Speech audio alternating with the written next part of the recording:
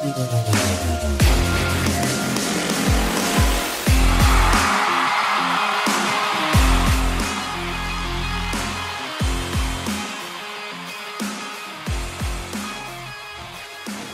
man, what a weekend to be a Colts fan, huh? I mean, my goodness.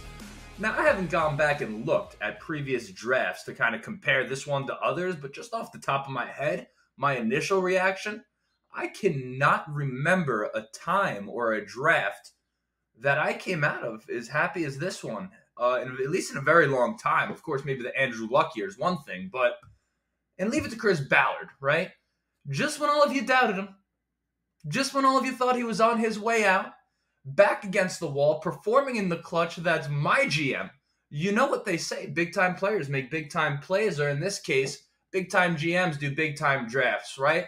I mean, this draft was absolutely beautiful in all seriousness, and to be able to snag positional needs, trade back, and still get some of the guys that we were going for, and then given the fact that not trading up to the number one overall pick seems, at least on the surface, to have worked out for us. I mean, take what Jim Irsay says with a grain of salt from time to time. But, I mean, for him to say that if they were drafting number one, they probably would have drafted Anthony Richardson anyway. Maybe that's true. Maybe that's not. I don't know. But, I mean, hell, I like to hear it. He's selling me. So I'm going to today briefly dive into my thoughts on the draft. But then also I do want to talk a little bit about what some of these picks I don't know this for sure, may tell us about a few of the guys on our roster as it currently stands. Before we do, quickly, introduction. For those of you who have never been here before, welcome. My name is Justin. You're listening to the Riding the Bench Colts cast. This is a podcast made by a Colts fan. If you cannot tell, and this is made for Colts fans, one favor I ask of you is that at any point during this video you're enjoying it, pop it a like, bloop, very, very simple. And then, of course, if you want to subscribe, I'd be very, very grateful, but I'm, again, here for your entertainment. I'll be here every week for a very, very long time, hopefully for the rest of my life. So, real quick, I do just want to go through some of these picks, and I know some of you already know them, so you can feel free to skip past this part, but I know there might be a few of you as well that maybe have something better to do on a Saturday afternoon than watch the mid to late rounds of the NFL draft, right? So, let's just go through it. Of course, we have rounds 1, 2, and 3, where we snagged Richardson, we snagged Brents, and then we snagged Josh Downs. And now we have Blake Freeland in round, 4, right? A fourth-round pick. A fourth-round pick added to Moa, the defensive tackle. Kid's an athlete. I'm going to have to work on that. Darius Rush, corner. Daniel Rush, safety. Will Mallory, tight end. Evan Hull, running back. Fun fact about Evan Hull, as they said in the draft, if you were looking at the graphic at the bottom, the only player in college football to have 500-plus rushing yards and 500-plus receiving yards, not named Kenny McIntosh, out of the University of Georgia. Listen, I've never seen the kid play, but that sounds pretty good to me, right? You got Titus Leo, defensive end, Jalen Jones at corner, and Jake Witt, right? So that's 3 corners, 2 offensive tackles, a tight end, right? Obviously, our franchise quarterback.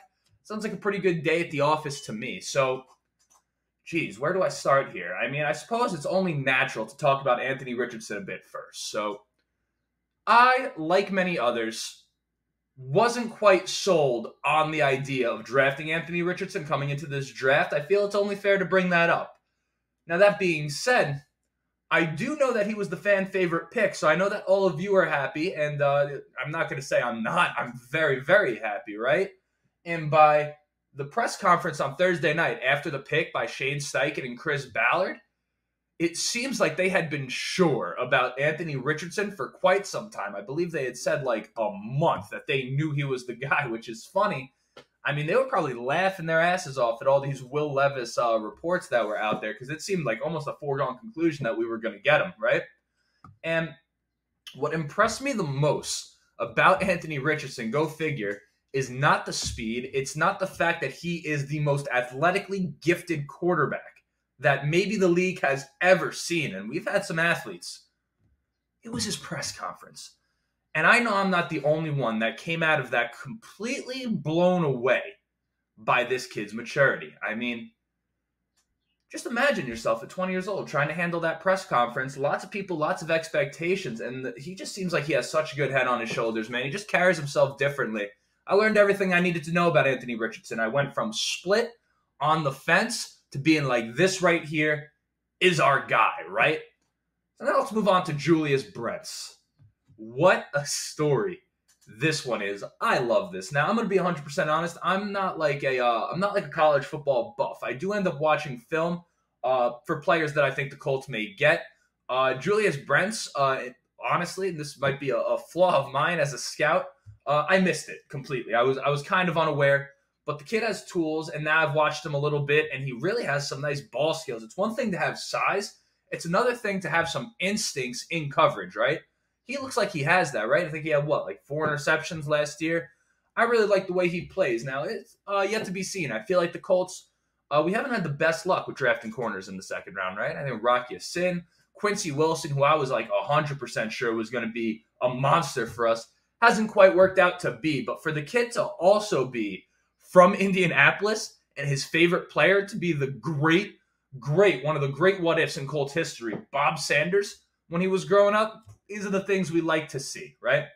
And now let's get to round 3, because this is the one, go figure, that I was probably the most excited about. I mean, I was celebrating, screaming, cursing when positive cursing, of course. Fuck yeah, I didn't have to curse right there, whatever.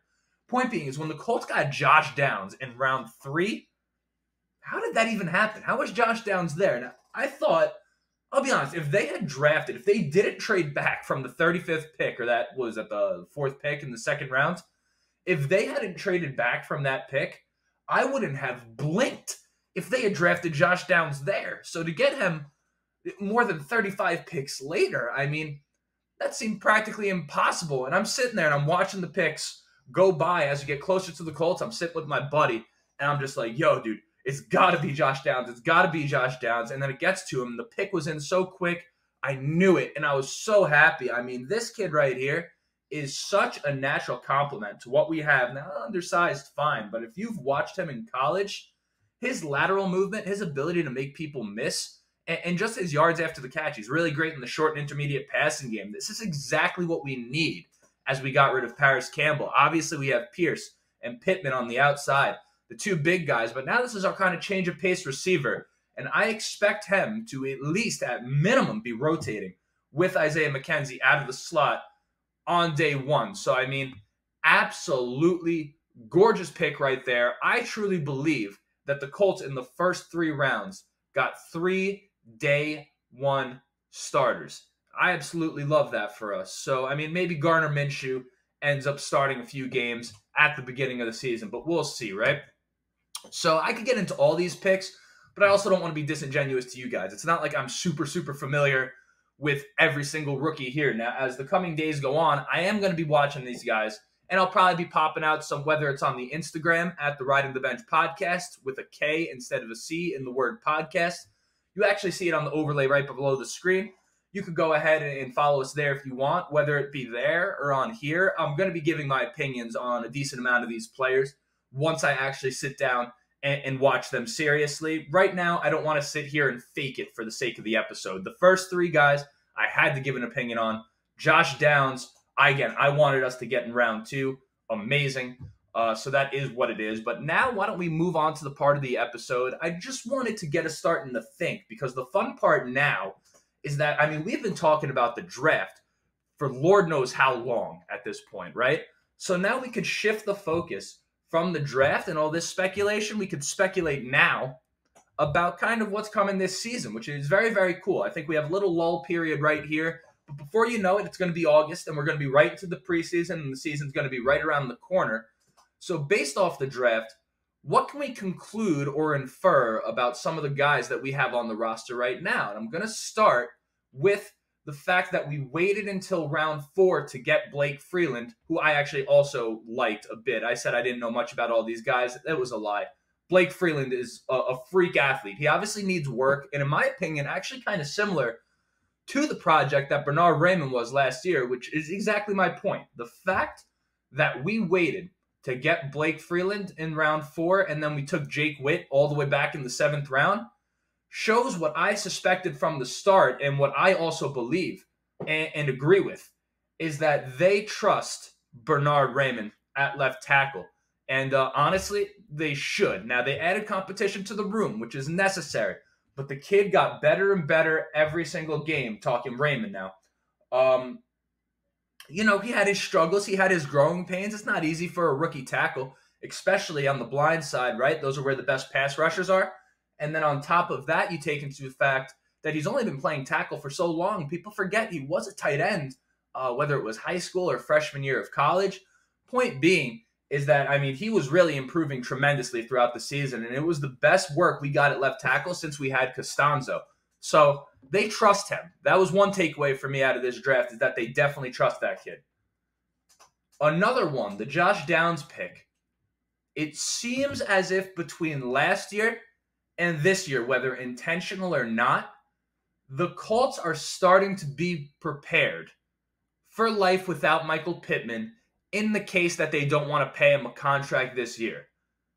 So you have Josh Downs, who you drafted, and they said they tried to trade up for like a half hour to get Josh Downs. I believe him. Ballard usually doesn't lie about that type of thing. He's the trade back guy. What do they call him? Bargain bin Ballard, right? Which I think is rude, but at the same time, right? What am I going to do? So I understand. With that, back to what I was saying, off track, back on track, my brain, I'm trying to figure it out, guys, and instead of cutting it, I'm just letting it play out in front of you. Alec Pierce, if he has a big year this year, essentially is built in the same mold as Michael Pittman, right? And then you have a Josh Downs, and you have an Isaiah McKenzie, who I think maybe got more than 1 year. I'd have to double check that. Not to say that that room would be ideal in the case that we lost Michael Pittman, but if we did lose Michael Pittman, the addition of Josh Downs makes it where now we just need to add one more piece, as opposed to being completely depleted. So I don't know if that was intentional or not on the Colts' part, and if they plan on moving off of Michael Pittman. I really hope they don't. I think he gets too much flack from you guys. I happen to love him. But they are starting to prepare for life without Pittman, another takeaway. And then the third takeaway, and I think one that many people had, whether maybe they didn't have it, but I think it'll make sense to you. It seems likely that Mo Alley-Cox will not be on this roster last year. That's what I take from them drafting Will Mallory out of Miami in, what was that? Was that the 7th or the 6th? When was that? It's hard to, once it gets to we had so many picks on the back end of this draft. It's hard to know who went where, but without it in front of my face, of course. But Mo Alley-Cox is a guy that, not for anything, for me, I was really expecting a lot out of him last year, so this might be sour grapes on my part, but he really let me down last year. I don't see why or what Jelani Woods can't do that Mo Alley-Cox can do. Maybe there's a blocking element in there. I don't really know, but at the same time, to be paying Mo Alley-Cox, I think he's on an $18 million contract. Obviously not per season. I believe it's like six and a half per year. I don't know the details of what's guaranteed, but point being is that they're paying him a pretty penny to be really an average tight end at best, just kind of a fade into the background type of tight end. And not for anything, a lot of people talking about us trading Mo Alley-Cox, that does require somebody taking him, right? So I think that he ends up getting cut with the addition of Will Mallory, and they roll into next season with Jelani Woods as the main guy, which I am very, very, very, very, very, very excited about. So that would be my third takeaway. Now, I'm sure there's a few others that I'll come up with as time goes on, but again, I'm recording this pretty fresh off the draft. So I just wanted to get something out there, give my thoughts for you guys, and I'm curious, of course, this is where I flip it to you. What do you think? What do you grade the draft, man? I'm going A+. Is it biased? Perhaps. But who cares, right? I'm a Colts fan. That's the point of the podcast. I don't hide my biases. So curious to hear what you guys think about this draft. Congratulations. You've made it to the end of the episode.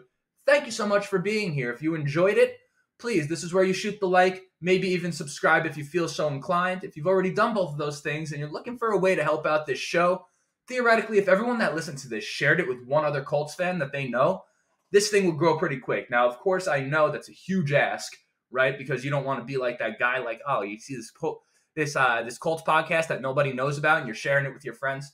I understand, right? It's some people might think you're a bit of a nerd for that, and I get you. So regardless, I really appreciate you being here. Until next time, I'm Justin, and this is the Riding the Bench Colts Cast.